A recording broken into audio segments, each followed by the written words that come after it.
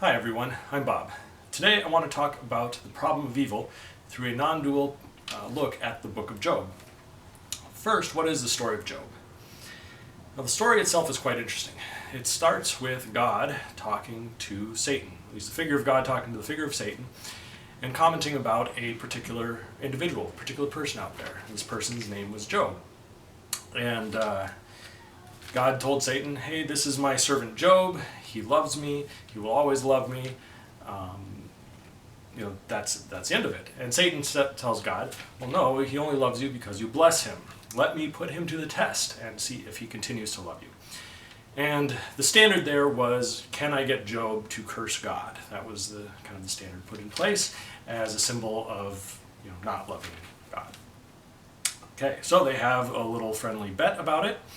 And Satan goes to work. The first thing that he does is he takes all of Job's stuff. He takes away all his belongings. He's overrun by raiders and stuff is stolen. He takes his family. I believe that the winds come through and blow down a tent and all his family dies. And leaves him pretty much broken and destitute in that way.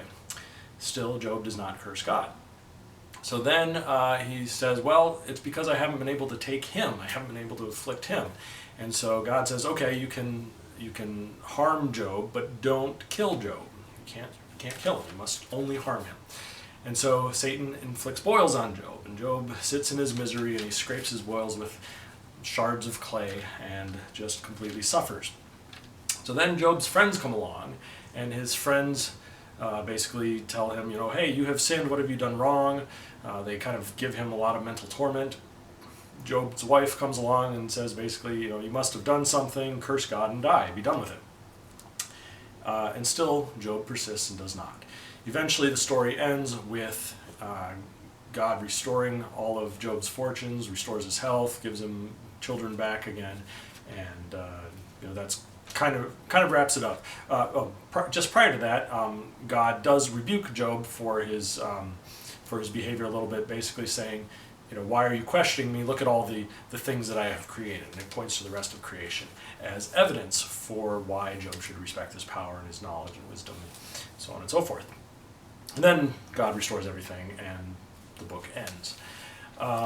This is often referred to and brought about in most people's thoughts, the idea of the problem of evil. So how can a loving God do this to somebody? He picks one of his creatures that he's created, separate from him, and just completely wrecks his life, and then restores it all back to normal as if that's enough to cover it. And the argument goes something like, how can God be loving if not only he does this, but he's having these conversations with Satan and just really tearing into this guy. Same thing is brought up though with children with cancer and all kinds of other afflictions that we feel throughout our life. And the typical answer, especially in Christian circles, is something along the lines of, well, God's ways are not our ways, we can't understand it, that's the end of it. Thanks for asking the question. Maybe Job had a lesson to learn in there someplace, but there's really no good answer that sits well with people.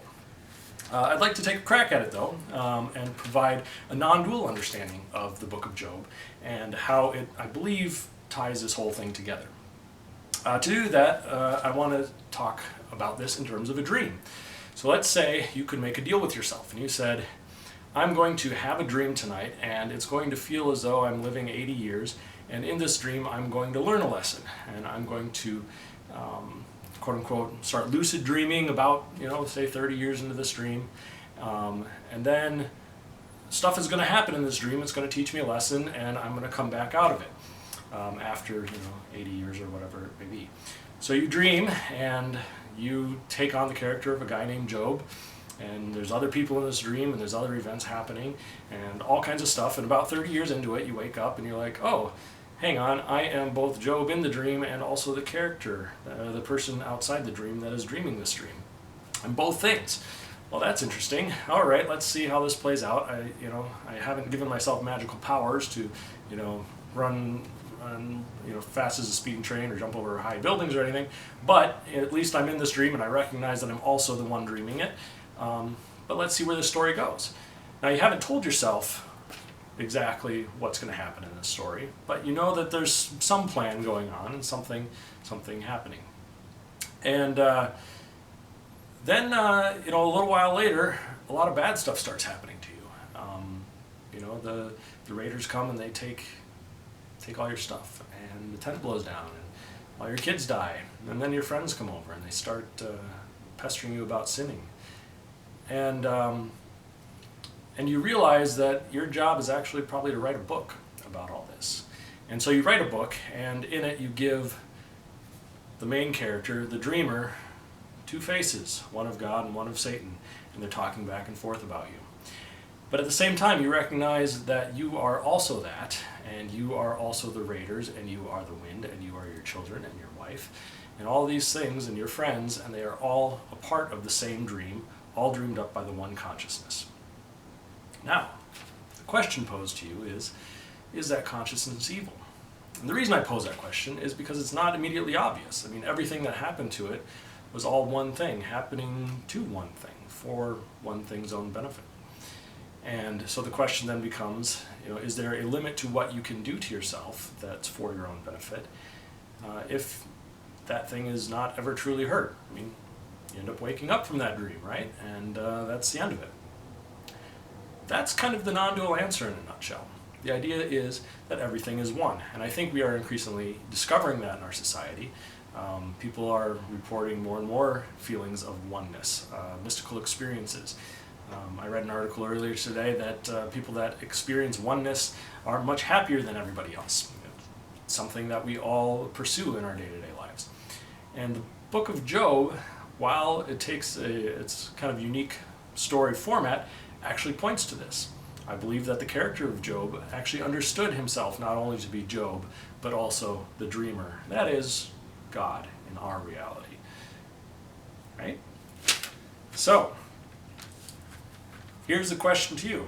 If you want to maintain self-righteous anger against God, or a non-belief in God, which is fine to do, I mean, go ahead, it can only come as long as you believe yourself to be a separate thing from God.